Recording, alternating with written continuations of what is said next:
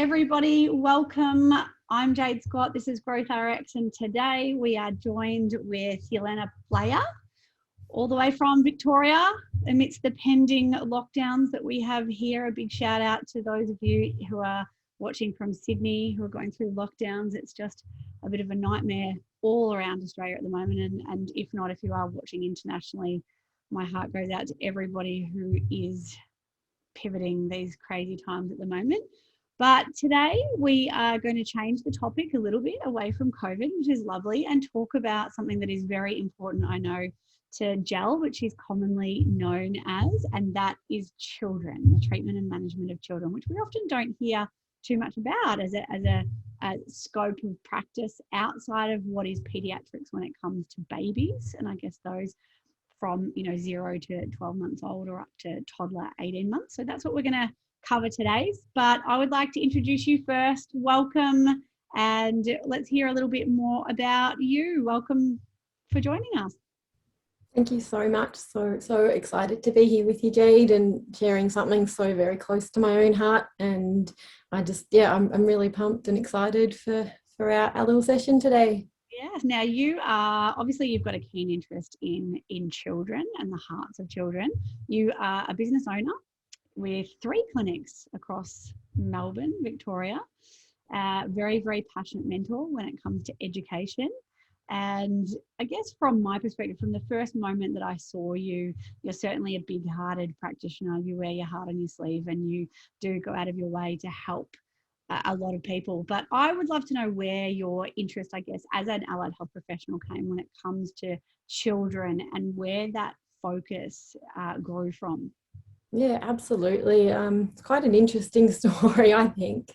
I think things in life happen and they find us when they're meant to.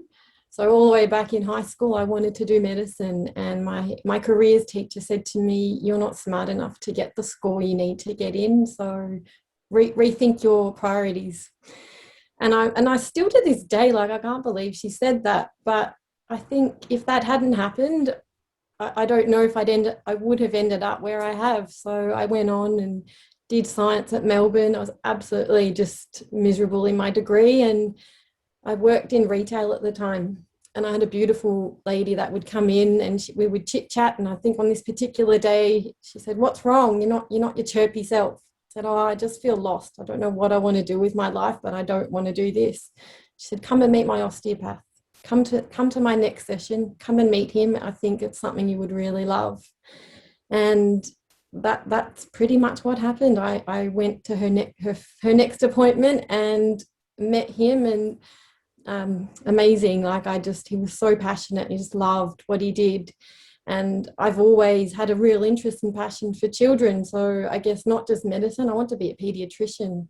But as time's gone on now and I reflect on that, and I realize how much I'm too soft. I don't think I could have handled that world. And 10 years, I've been in practice for almost 15, and a decade into clinical practice, I started seeing really sick kids, kids with terminal illnesses. And it took, I think, 10 years for me to, how you have that life prepares you and it only gives you what you can handle. And I say this often to my guys that I mentor. You are sent the patients that you're ready to handle and to be able to help. So my passion and my interest has always been kids. And on my very first day of osteo, we had Peter Parker come and speak. And I'll never forget, I sat there listening to him in utter awe. He was talking about his experience in the Romanian orphanages and the work he did with the children over there. And I'll never forget that feeling that day on my first day of osteo, thinking, wow, I'm in the right place. I finally worked out why I'm here and what I need to do. And working with children is something that is so very deep and close to my heart. And I'm finally here, and whatever happens now, I know I'll get there. And 15 years later, what a journey it's been. It's just been incredible. And here I am. Well, we were very grateful to have you. And when I did want to cover this topic, which it's certainly a very valid topic on its own, but it sort of sits somewhere in the middle. There's a lot of people with a pediatric and babies focus, but what we find in clinic and in clinical practice is it's not uncommon to have a parent bring in a 5-year-old or an 8-year-old that's fallen off the monkey bars or tripped over and sprained an ankle. And even, depending on what industry you're in, it doesn't have to be a musculoskeletal complaint, which we're going to talk about a little bit more. Is a lot of the pain, it can transfer itself and can present in many, many different ways. But I know just from talking to my team, there's a huge number of practitioners out there that it could be in their young 20s or, early 30s who haven't really had that much exposure to children unless they're a parent or an aunt or the cool auntie or uncle themselves. There are some practitioners out there that quite genuinely are not confident with smaller children. And even though we learn a lot of, stuff and we've got, a very, very valid, credible background based upon our qualification, it sometimes doesn't equip you for a little chirpy 5-year-old walking through the door, because our communication is very, very different. And I know that, whilst I was still very capable, I wanted to build my confidence. And I know that there's many others who fall into that category as well. So I'm hoping today will help with those practitioners, or even just getting a different perspective from somebody with a wealth of knowledge and experience in this area, because you did start off with the Happiness Code, doing some work with the Happiness Code, which we're going to find out a little bit more, but you're also doing a lot of work with the Happy Hearts Tribe.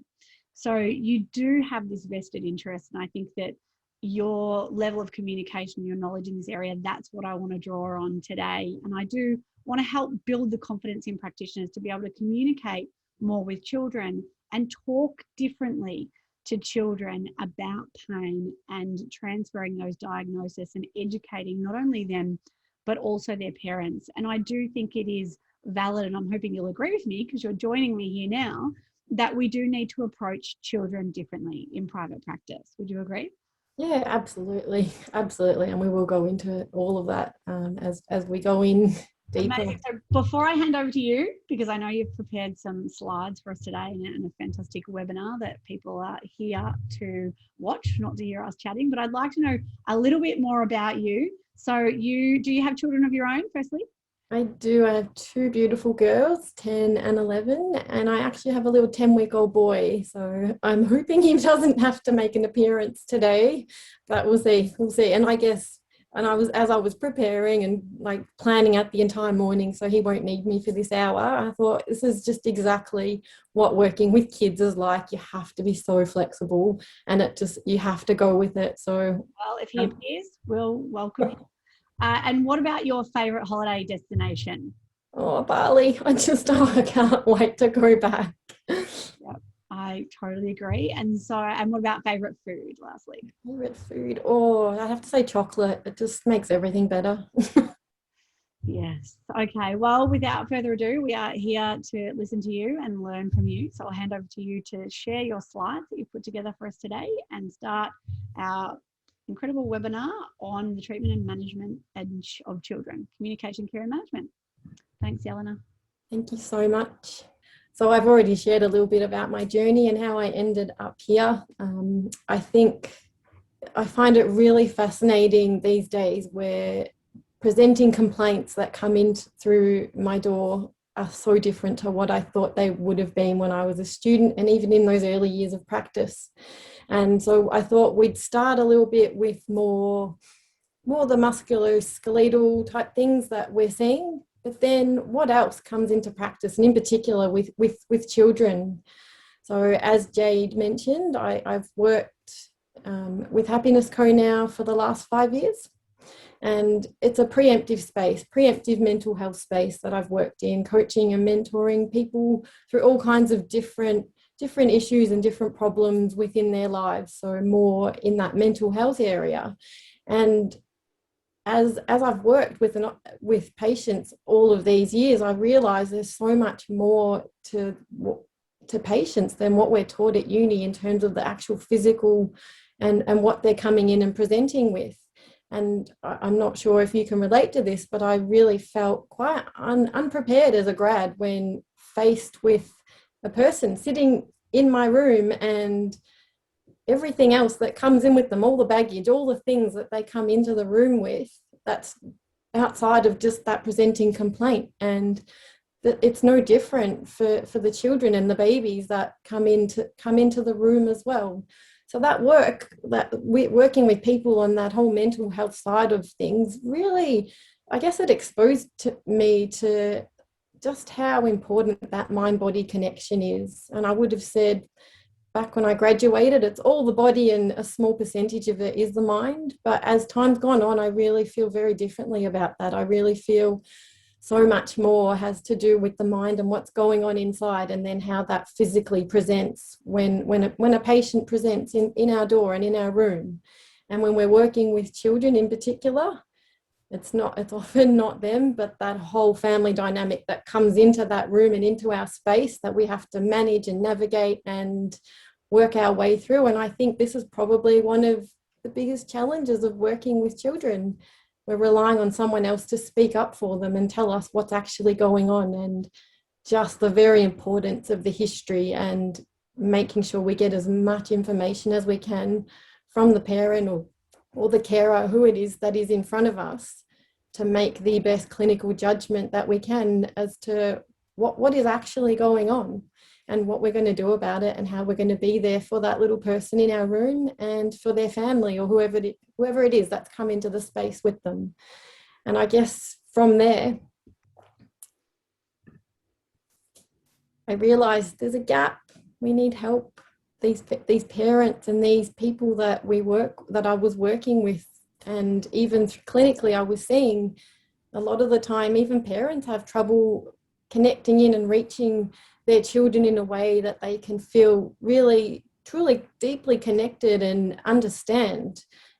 So much of our life, when you have little people in your life, and the parents can probably relate to this, is often, especially when they're quite young, you're just trying to work out what the hell's going on, what's wrong, how can I fix it, what do I need to do? And children have a very distinctive way of communicating with us. And I guess from there, this is what's on the screen now, is where my other heart project has come from, and that's Happy Hearts, and that's helping work with adults to deepen their connection with the children in their lives and really truly understand them and be able to communicate in a way that everyone feels seen, feels heard, and feels understood. The three basic needs we all need from any relationship in our lives.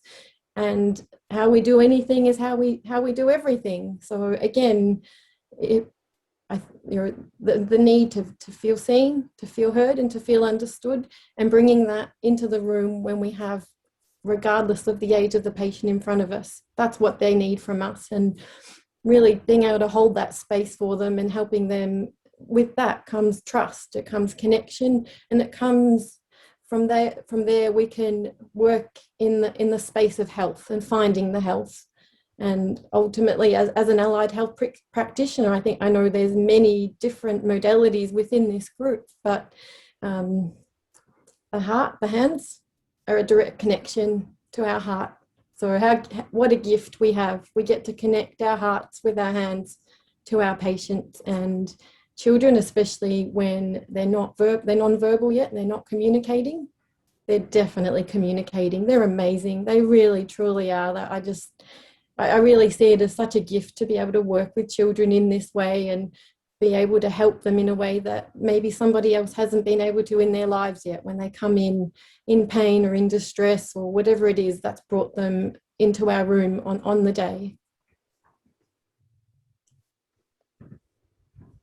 So we'll start here. We'll start with common things that we see in childhood. A lot of the time in those early childhood years, we're seeing things like coughs and respiratory issues that children suffer. These are the main things that they have going on in their health and in their world, and often things that parents come to us for help with or advice about when we're treating children. It's not just the bumps and the falls and the sporting injuries. They have allergies, they have gut issues, they've had recurrent infections, whether it be ear infections or chest infections or rashes and ear pain and ear infections. These are the common things that we see when we're working in this younger demographic.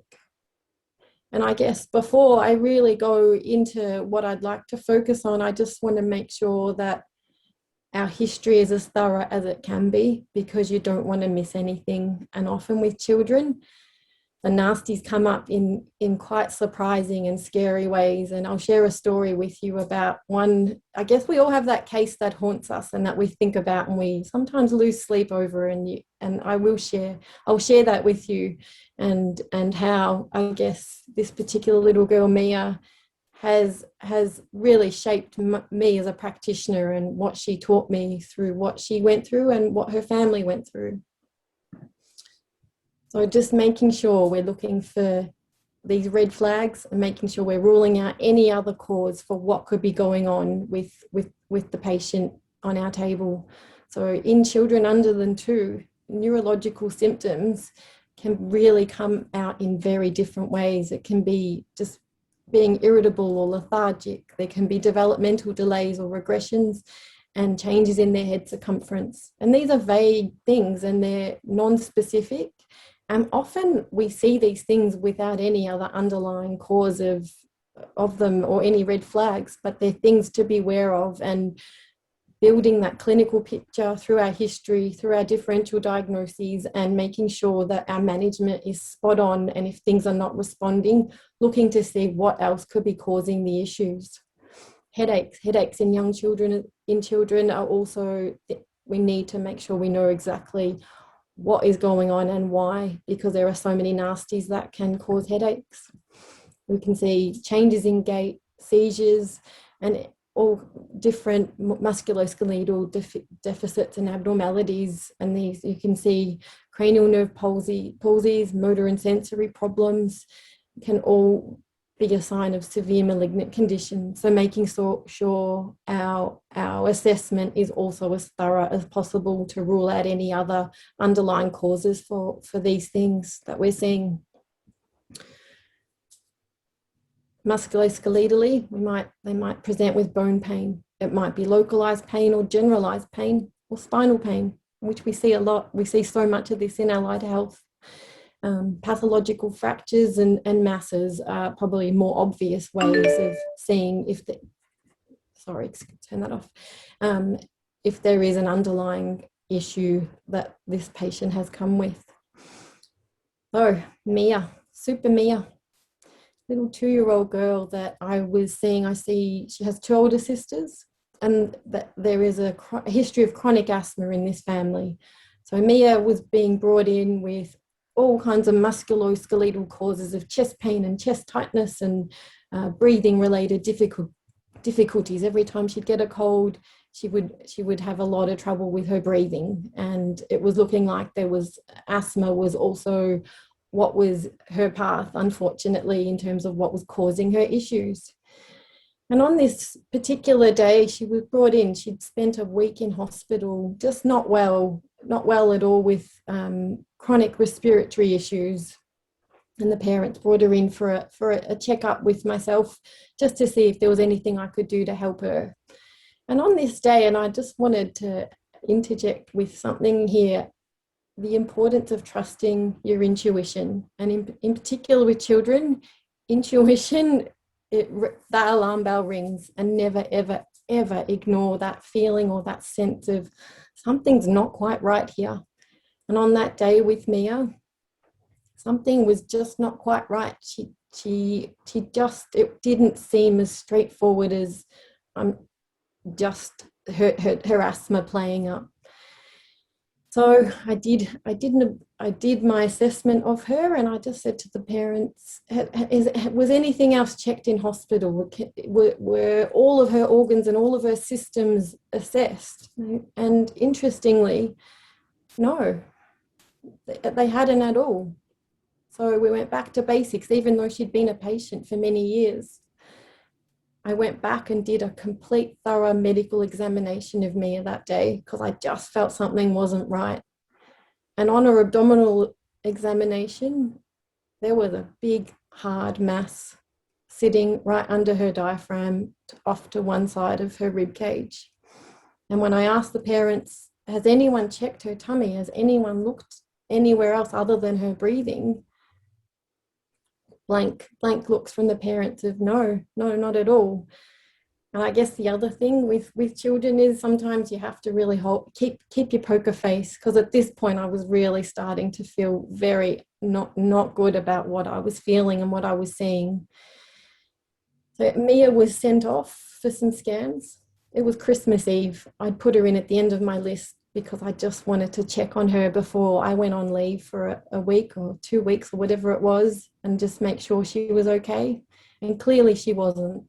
Luckily, we managed to get her in with the GP on Christmas Eve, and she was having scans on Boxing Day. And by the Monday, Mia's breathing had really progressively worsened.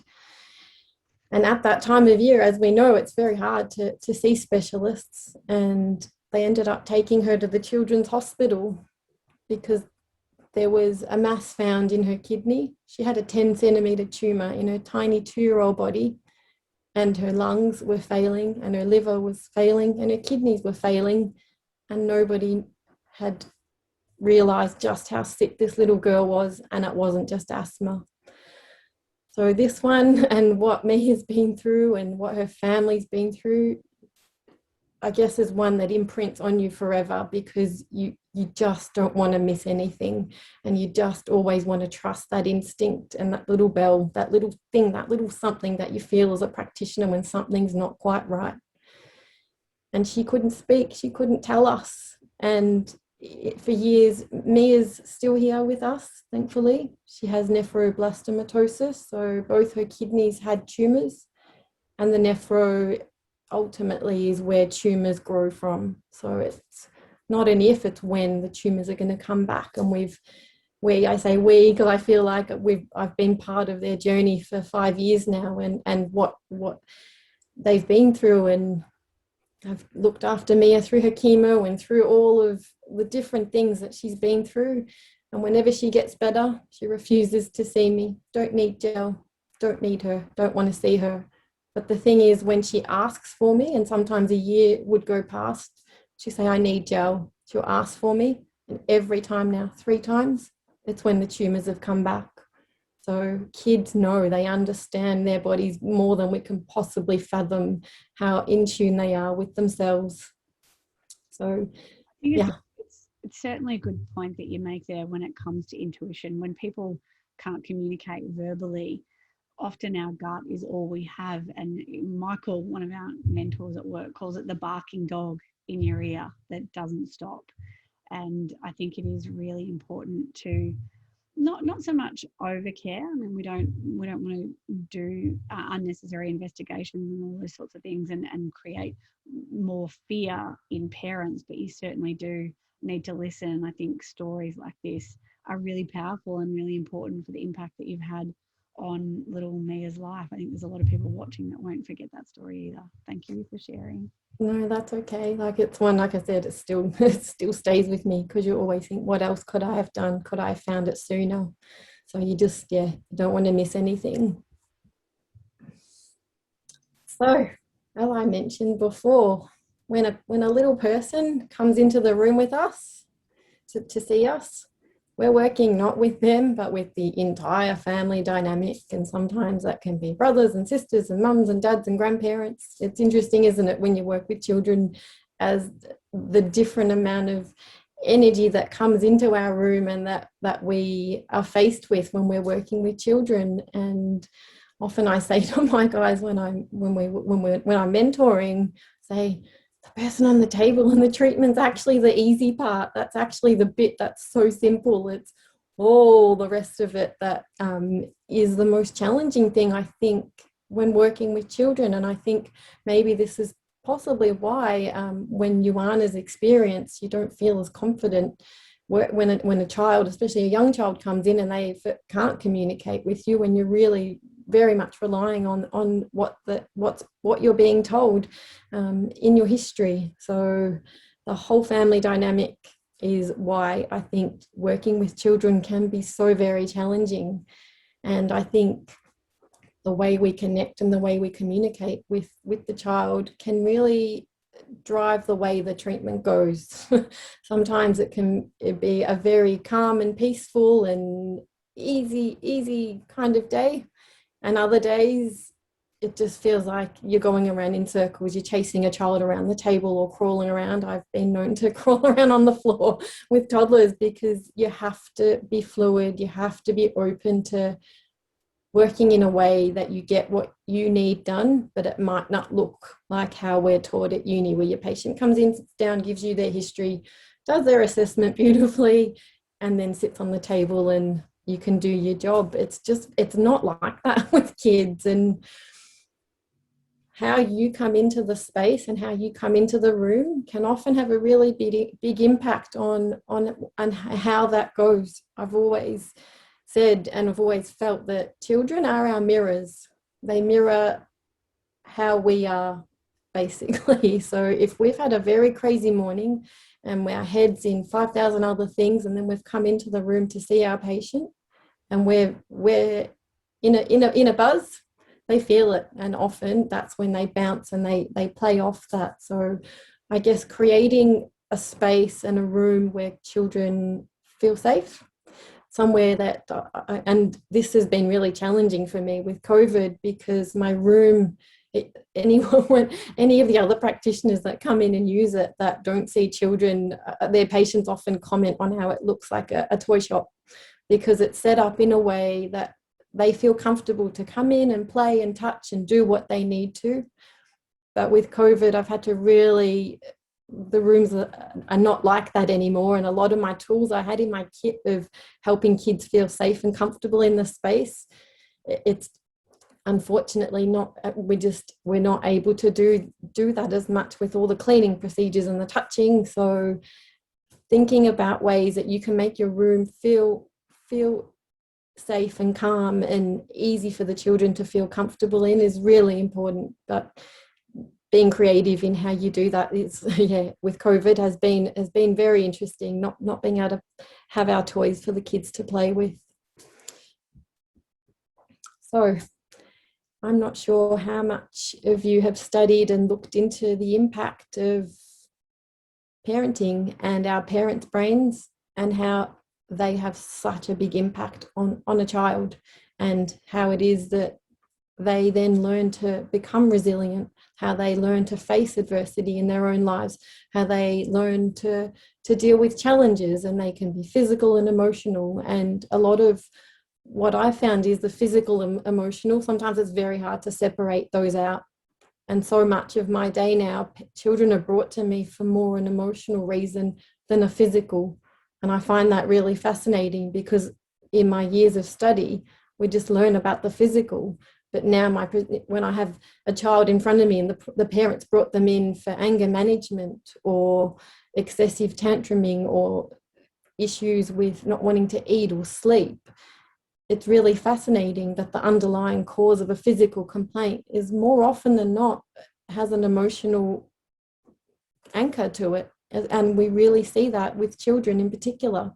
So I guess really being open to this and opening to understand where pain is. Pain's the often, and we see that in pain science, pain's the last thing that we see when something's gone wrong.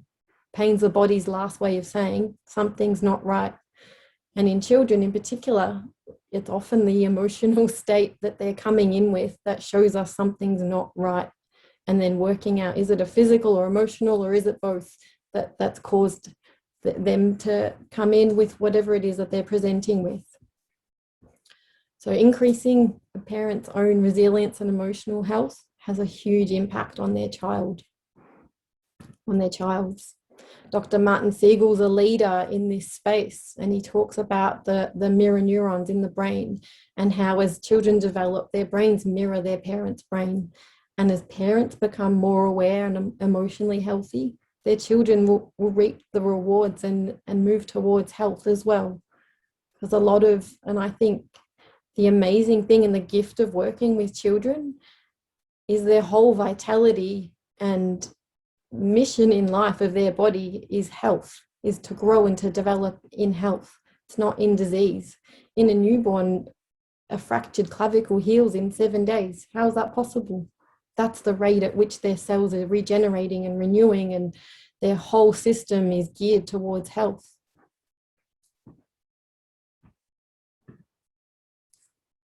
So why is it so important that we understand what conditioning is when we're working with children? Between 0 and 7, children function from the subconscious mind. Anything that happens in those early formative years in this age group, any significant, what we call significant emotional events, and these can be different things that happen to them in that time, they form an imprint and it's stamped into their nervous system, into their subconscious, and that then shapes the way that they see things for the rest of their lives. Which I find really, really quite daunting when you think about that. Anything that happens in those formative years, so in terms of how they deal with pain, how they deal with trauma, how they deal with injuries, anything that happens to them in that time is then shaped by the parents, the carers, the people in their inner world, and what they're saying to them, and how the family member or whoever it is that cares for them deals with whatever it is that's happened to their child. And you can, it's fascinating. You often see it if a parent's hypervigilant or overprotective or has very strong reactions to things that happen that generally in childhood, like tumbles and falls. You see the kid falls and they look at their parent. What's the parent's reaction to that? Do they freak out and panic and go running? Or do they let their child deal with what's happened and be close and hold space and be there to support them, whether it's a cuddle or a hug, or if they need a band-aid? How is it that they engage with that child when something happens to them that shapes the child's nervous system, and then how then they go on to deal with pain themselves? So that inner voice that we hear in our adult life, that's where it comes from, all the way back when. And the incredible thing is it actually comes from even before that. In pregnancy, the mother's levels of cortisol send signals to the baby inside their tummy via the hypothalamus pituitary axis, and then sets the nervous system of the baby, and then how they then deal with stress hormones that go through their own bodies.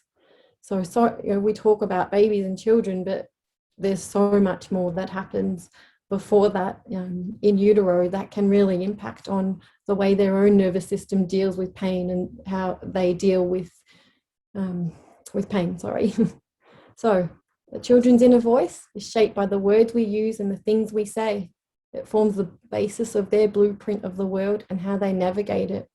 So what a role we have as practitioners in shaping the children that come in to see us, and their brains and their nervous system, in terms of what it is that we're saying to them and how we're making them feel in our room, and what it is that we're doing for them in that space when they're seeing us, so that they then have an empowered way of looking at their health or a disempowered way.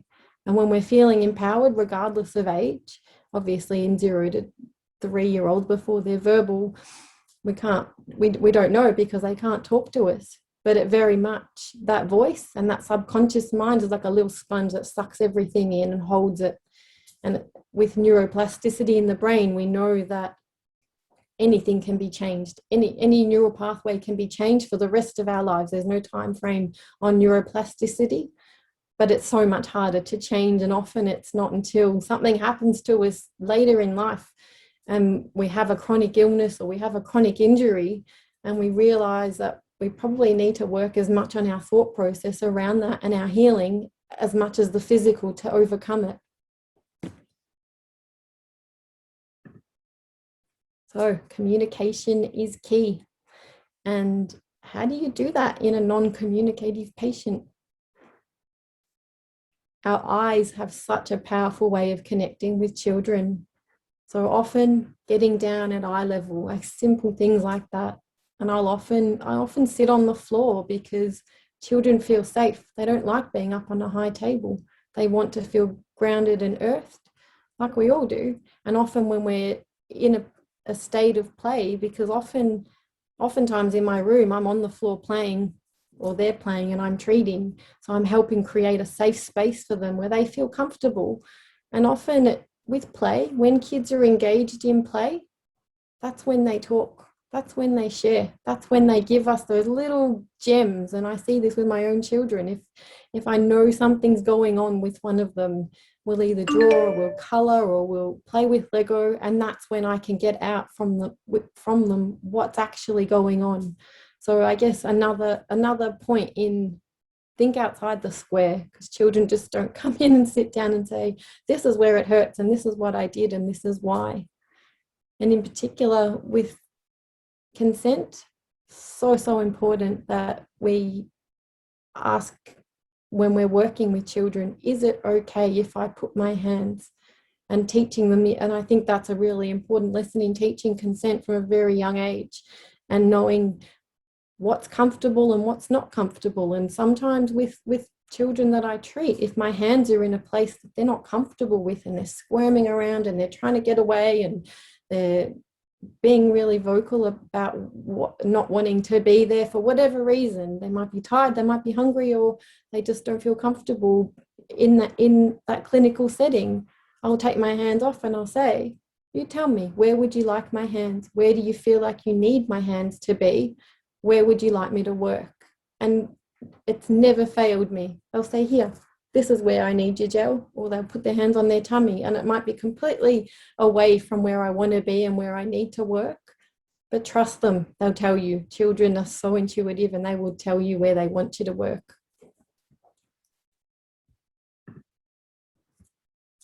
So this empowering our kids to the changes that we want to see. So we need to embody the things that we want the children to see. And that's not just as a practitioner, but as a parent. If we want them to see the health, we have to really be careful in how we explain things to them, how we talk to them about pain or disease or whatever it is that they're in the room with us, and really giving them, helping them feel like they're in control of their bodies, and that they have a say in what happens to them and how it is that we're going to work with them to get them feeling better. So oftentimes we're speaking directly to the child.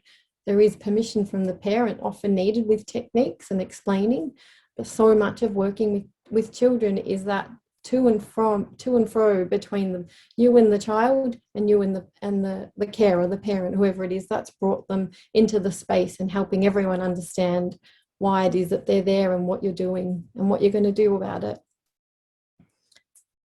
So one of my favorite quotes of all time is, people don't remember what you say or what you did, but how you made them feel.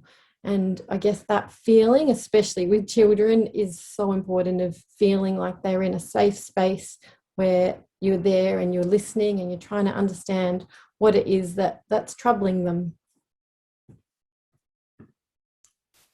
As I said before, our basic human needs: to be heard, to be seen, and to feel understood. God, if everyone just did that for everyone in life, there would be no war. If we all had all those three things, it would be a much better place to live. So emotions, they're just that, they're energy in motion. And one of my most favorite quotes from A.T. Still, one of the founders of osteopathy, is, as the branch is inclined, as the tree is inclined, the branch will grow. And what that means is the way that the body grows, whatever dysfunction happens, that's the way the body grows. And often with children, in babies in particular, you lay them on the table and they go into their dysfunction pattern. They literally will show you, this is where my dysfunction is. And that's why working with children is such a gift too, because it's so much easier to get to the bottom of what actually happened and affected if they're missing milestones, as for example with a baby. You can see why they're having trouble connecting their arms and their legs so that they can crawl. It's because of something that's happened on one side of the body. And it's not just physical things that can cause these dysfunctions. The same with emotional traumas, same with emotions. They do get trapped in bodies. And that's why with kids, oftentimes we're seeing behavior as a result of a dysfunction within their body. So just being really open to what it is that could be going on for that person, that little person, that's causing them to behave in a certain way. When we talk about trauma, It can be physical and it can be emotional as well, like I mentioned. And I think in the current time that we're living in and working in, the impact of COVID in particular, I think we're all seeing, especially here in Victoria, I have to say, that impact and that flow on effect from what's happening to these kids and the constant lockdowns and the constant isolation from their friends and family. I think we're starting to see the ripples of that more and more, especially this year, in terms of behaviour in those school-aged children. And oftentimes they're coming in with headaches or neck tension or posture related dysfunctions as a result of homeschool and increased technology use. But making sure that we're looking for other things that can be going on with them that hide under the surface and present physically. And I think mental health, and in particular at this time, is something that as practitioners we're being faced with more and more. And it's something with, in terms of scope of practice, making sure that we can know when we need to refer out. But as allied health practitioners, often we're the first point of call for a lot of these patients, and knowing that we can play a role in this, we definitely can be a support or someone that young patients can trust and talk to, and about what it is that they're feeling.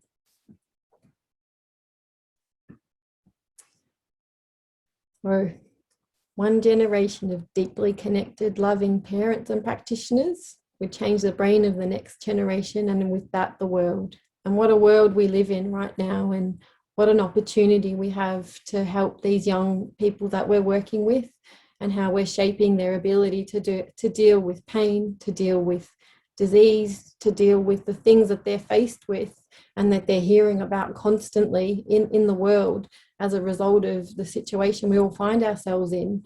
And I guess the impact, that's what worries me. What happens to these kids when they're teenagers, when they're in their 20s, 30s and into their lives? So much of what's happening right now has so much impact on their ability to see health. And I really hope I've helped give some insight into how we as allied health practitioners can play such an important role in shaping these nervous systems and dealing with these things into the future. Thank you so much. That was so great.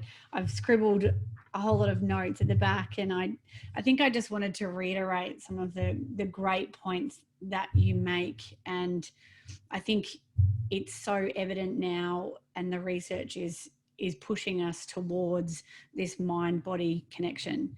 And even though some of us in the manual therapy space, but a lot in allied health space, the connection with patients and building trust at any age is pivotal to the result and to the outcome. And the reality is that if we don't build that connection, and if we don't build the trust at a really early stage, there's not going to be a second visit anyway. So we're not going to get where we need to be, and we're not going to help that patient move towards where they want to go. And there's so many facets here. Obviously the child that we talked about, and looking at things from their perspective, which I love. I love that notion of seen, heard and understood being part of our 7 human fundamental needs. As a child, they need that even more so. And I think to embrace the value and our position in the treatment room, as you said, of somebody who can actually make a difference in a very short period of time. And that's just by opening our eyes. So I love the concept of being able to look at the parents and how the parents' behaviors and actions are mirrored within that child. So not only doing the case history, but just watching the environment, watching the space, watching the actions and the reactions to those behaviors. I found in my experience with children that often you can see a child who might be somewhat anxious, and you do attach them, rightly or wrongly, to what might be a sort of a more neurotic parent. And we desperately and deeply love our children. In fact, we love our nieces and we love our nephews and all of, all the children that come into our life. But it does make our position even more empowering, because we do have the ability to make a change, but we also don't want to miss things. we certainly don't want to miss things either, because to the people that are, or the parents that are bringing their children in, they're very, very precious to them. And so sometimes, would you say, I guess the flip side of that is, in your experience with parents, we can have some parents who are extremely grateful and extremely open and extremely attentive. But are there parents, and, you know, how do you navigate, I guess my question is, the parent that is difficult or resistive to your advice? Because whilst, you know, this information is so valuable, even if we deliver it, even if it comes from the best place in our heart with the research and the evidence to support what it is that our management plan is going to be, how do you tackle the difficult patient? And have you stopped seeing a child, for example, because of a response from a parent?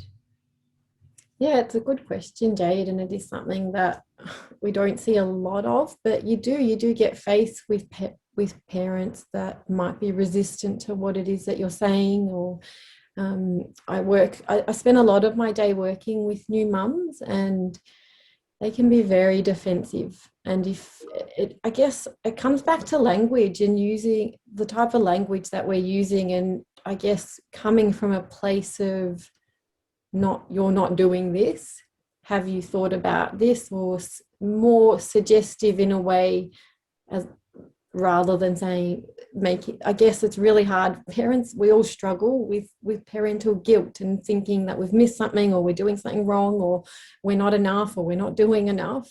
And I guess as a practitioner, learning not to take that on.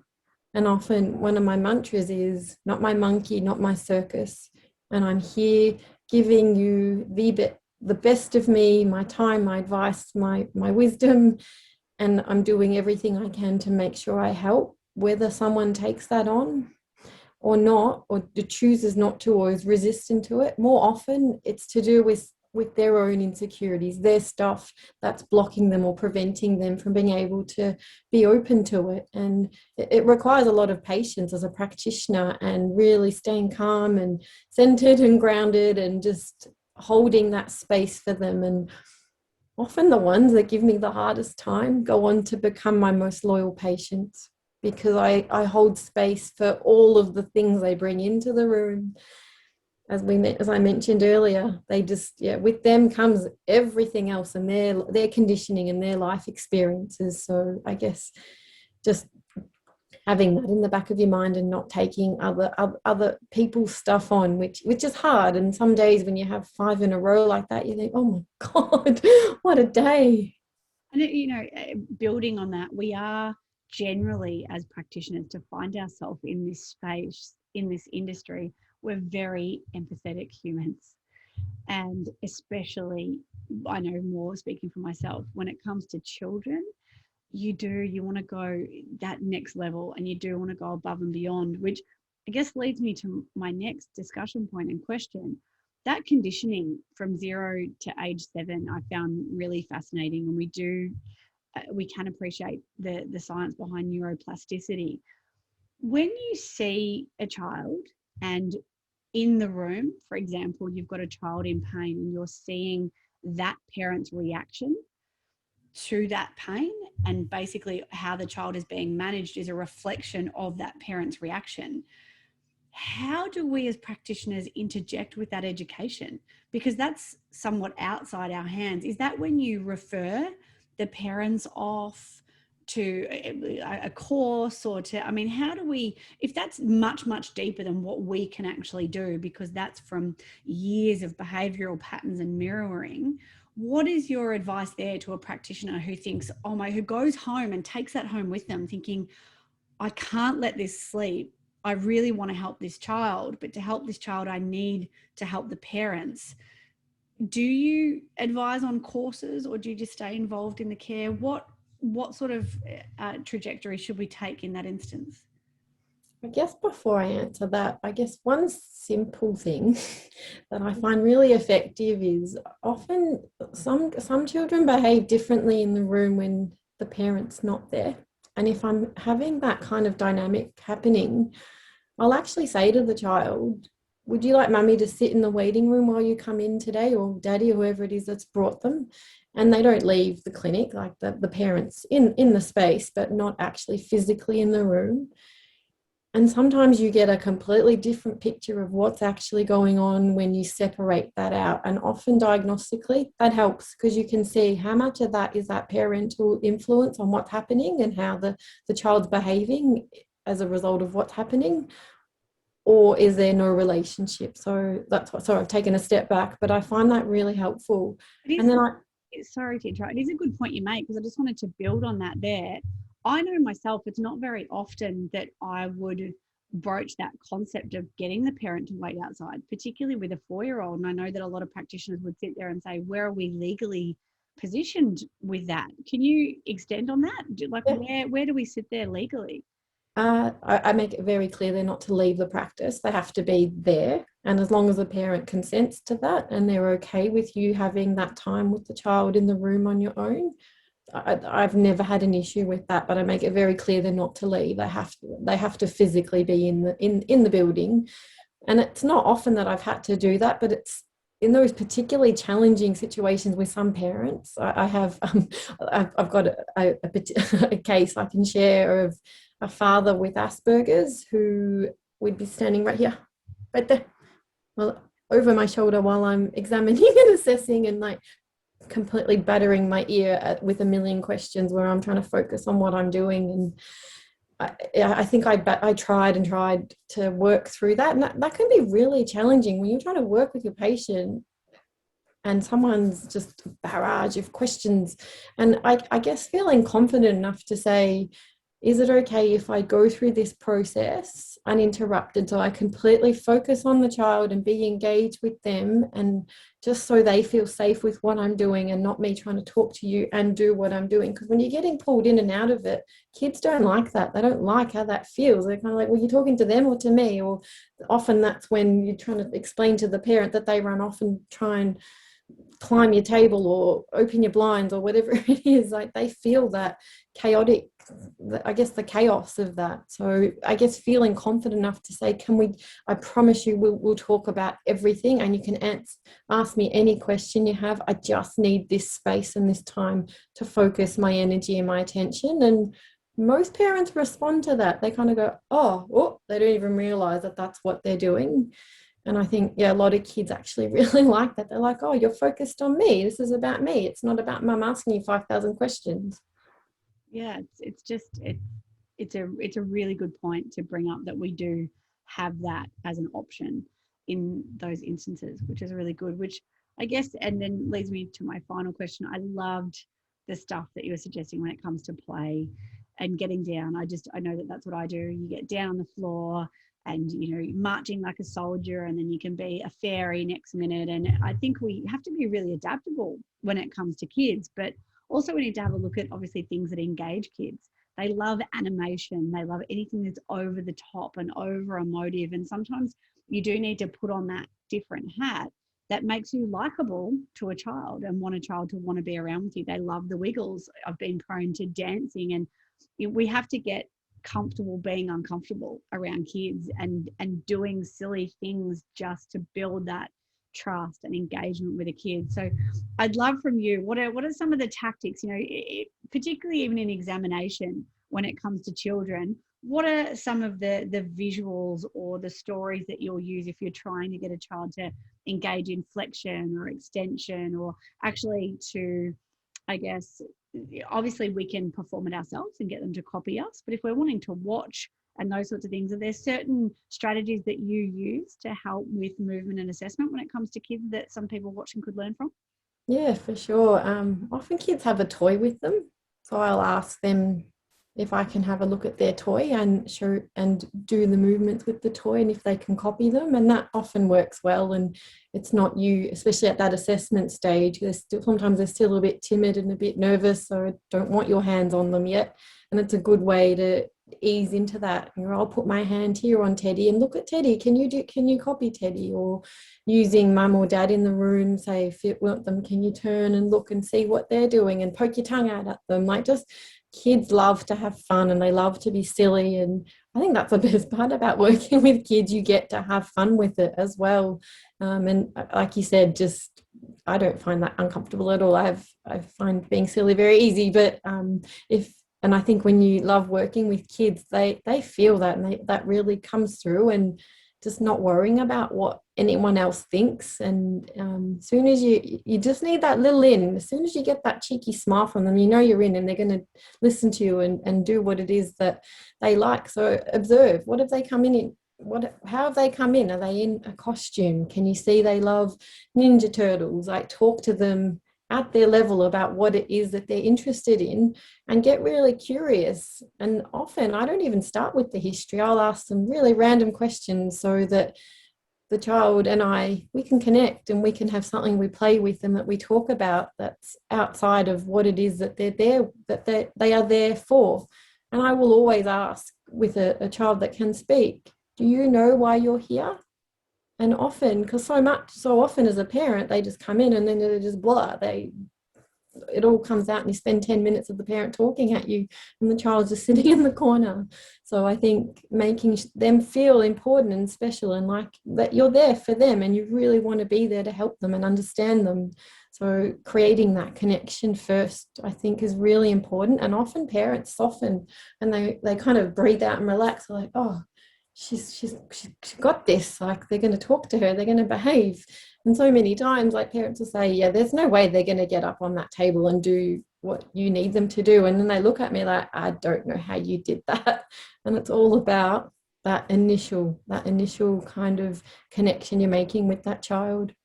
And I do agree, if you are in a clinic and it's new, or if you've just started out, you sort of do need to be prepared with props. You need to have a teddy in the clinic, or, and it can be gender neutral totally, but you can have a toy that is going to resonate with a child, whether it be something that's moving, or, something that, even coloring books. We've got stickers everywhere. I'm into bribery when it comes with kids. I certainly don't go delivering lollies to everyone, but I've got a packet in the cupboard because that can sort of be a little bit enticing. But stickers work really, really well.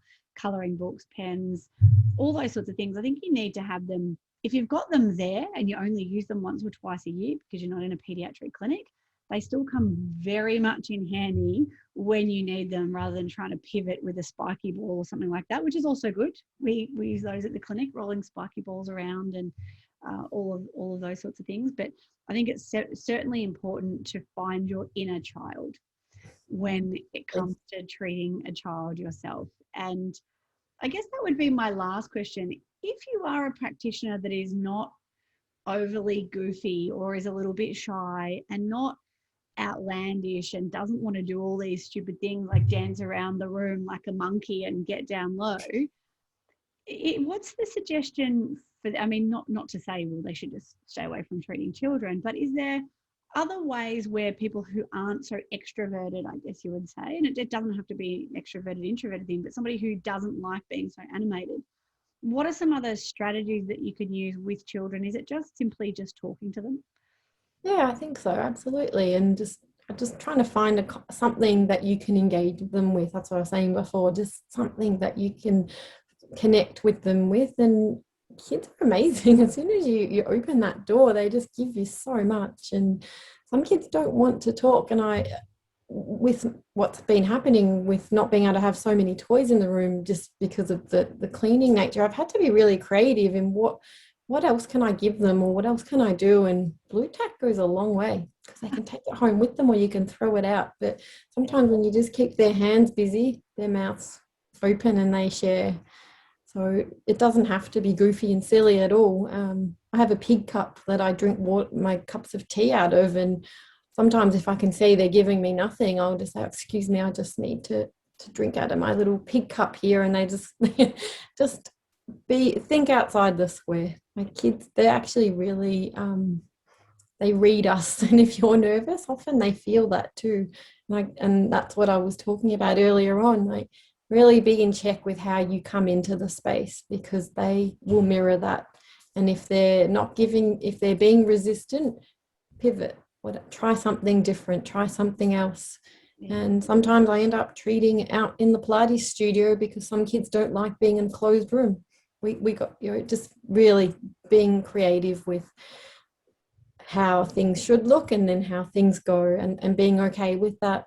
And I know myself, I've been almost 2 decades, I've been working with babies and children, and you can always learn something from them, always. And you can always learn something as a practitioner. And I think that's why webinars like this and talking to practitioners that are a little bit more experienced and also answering questions to those that have their concerns, we've always got something to learn, we've always got something to do better, and so we should be when it comes to our children and other people's. So thank you so much for your time today. That was fabulous. I could talk about kids all day.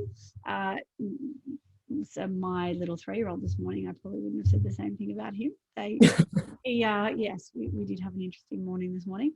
But how can, is somebody watching today or some of our, GrowthRx community, how can we find you? How can we connect more with you on this space? I know you've got some amazing courses out there and the stuff that you're doing with Happy Hearts. How do we find you? Facebook is probably the easiest. You can private message me through Messenger. You can send me an email to Sports and Spinal Group or a message to our social media there, and my Happy Hearts as well. I've got a little tribe, a beautiful community of people that I work with, and that they're Happy Hearts, the program that I've been working on and launched last year. And there's so many amazing things that I'm working on that I'm really passionate about. So please, reach out. I love hearing from practitioners in any way that I can help or support or guide. I've just developed some affirmation cards for kids, so they're coming. So I'm really excited about. We're going to be putting them into the clinic as well, and another way we can empower kids with how they feel and how they see themselves. And sometimes I'm actually thinking about using the cards in the room and getting the kids to pull a card from the deck, and that can be the focus of what we're talking about that day. So just, like I said, social media is probably the easiest way to find me. Please contact me, message me. Love to hear from you, love to hear some feedback on today and anything else that we can help with, because this space truly is magical. I love working with kids, and I think we're so lucky when we get to work in this space, and what we can, the scope is endless. I couldn't agree more. And those affirmation cards, it sound like an amazing idea. And I know you've got some courses for some parents and those sorts of things as well. So certainly a great resource to be a practitioner, also included in that, I guess, education space when it comes to parents as a referral basis for other practitioners who are looking to be able to pass parents on for that sort of information. So hopefully we can send a few people through to you. Thank you so much again for today. Thank you everybody who tuned in this afternoon. We will be back again in a couple of weeks. Thanks. Bye. Bye.